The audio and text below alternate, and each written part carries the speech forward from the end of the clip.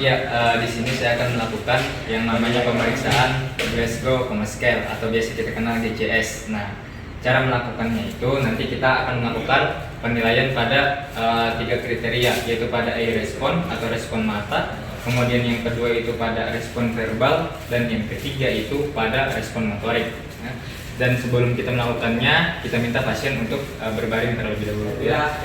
Tapi pasti saya tunggu sebentar deh. Kemudian saya mencuci tangan terlebih dahulu. Nah, kemudian kita mulai dari penilaian di bagian e-responnya. Apabila normal, maka normalnya itu e-respon pasien itu spontan, artinya pasien sadar dan matanya itu terbuka. Nah, di sini bisa kita lihat pasien ini dalam keadaan normal atau sadar dengan mata yang terbuka. Nah, itu nilainya adalah 4. Kalau nilainya 3, maka pasien itu biasanya tidak sadar, datang dengan kesadaran yang menurun, tapi Pak Gusti ceritanya bisa pejamkan matanya. Kemudian pasien itu kita minta untuk membuka matanya. Bapak Gusti bisa buka mata? Dia merespon terhadap suara, itu nilainya adalah 3. Nah, kemudian untuk yang kedua, itu bisa kita lakukan perangsangan pada nyeri, ya biasanya pada supraorbital atau pada ujung jari kuku. Nah, dia akan berespon terhadap nyeri. Jadi biasanya pasiennya itu datang dengan kesadaran yang menurun.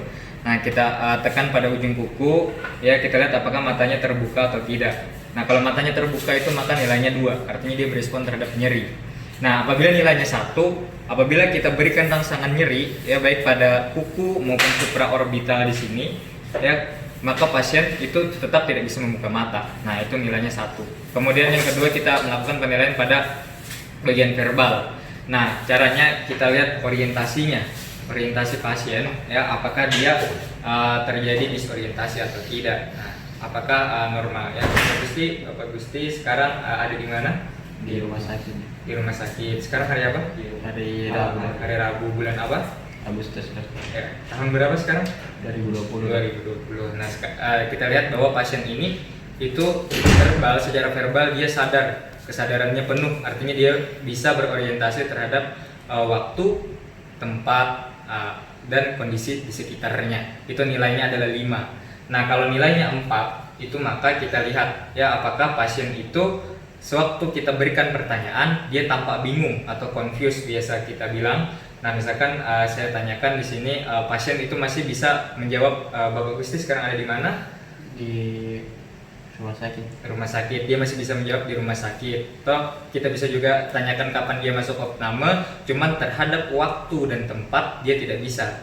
Artinya ada disorientasi waktu dan tempat. Misalkan kita tanya sekarang waktunya hari ini hari apa, Bu Gusti? Kamis. Nah, hari Kamis. Jadi pasien itu tidak bisa menjawab dengan betul.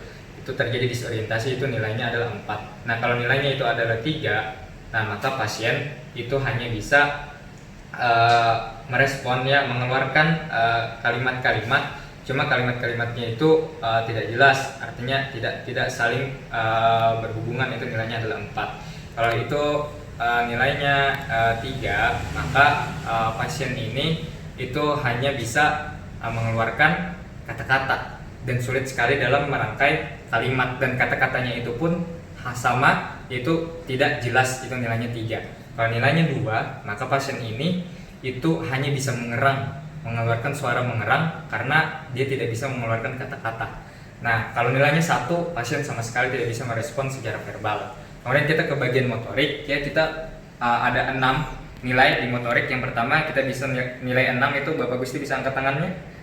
Nah, pasien mengangkat tangan, ya artinya pasien menuruti perintah. Nah, kemudian yang kedua kita bisa melakukan respon nyeri. Nah, kita lihat apakah pasien itu mengetahui lokasi nyeri. Kita nilai apakah ada penepisan. Nah, itu nanti nilainya adalah 5. Sebagai contoh saya lakukan penekanan pada sternum ya. Apakah ada penepisan pada pasien? Nah, itu contohnya ada penepisan dari pasien. Itu nilainya 5. Kalau nilainya 4, maka biasanya kita lakukan penekanan contohnya pada ujung-ujung kuku ya, nampak pada ekstremitas, misalkan pada ujung kuku, nampak gerakan menghindar. Nah, menghindar. Kemudian itu nilainya adalah 4. Kalau nilainya itu adalah 3, nah kita lakukan penekanan nyeri di sini. Nah, kemudian ada gerakan fleksi dari pasiennya, ada gerakan fleksi. artinya ada gerakan fleksi yang dilakukan pasien. Ya kemudian itu nilainya 3, nilainya 4 ya. Kalau 3 itu kita lakukan penekanan di sini ya pada ekstremitas juga bisa. Kemudian ada gerakan fleksi juga pada pasien ya. Coba Bapak Gusti, kita lihat ada fleksi pada pasien. Nah, kalau nilainya itu 2 ya, kita tekan di sini maka ada ekstensi ya, gerakan ekstensi. Kalau tadi gerakan fleksi itu namanya dikortikasi, ya gerakan ekstensi ini itu namanya deserebrasi. Nah, kemudian yang terakhir kalau nilainya itu 1, nah maka pasien biar bagaimanapun kita berikan rangsangan nyeri yang adekuat, maka tidak ada gerakan motorik yang timbul. Nah, itu adalah pemeriksaan GCS ya. Sampai sini Bapak Gusti sudah selesai ya pemeriksaan GCS-nya. Saya izin sebentar.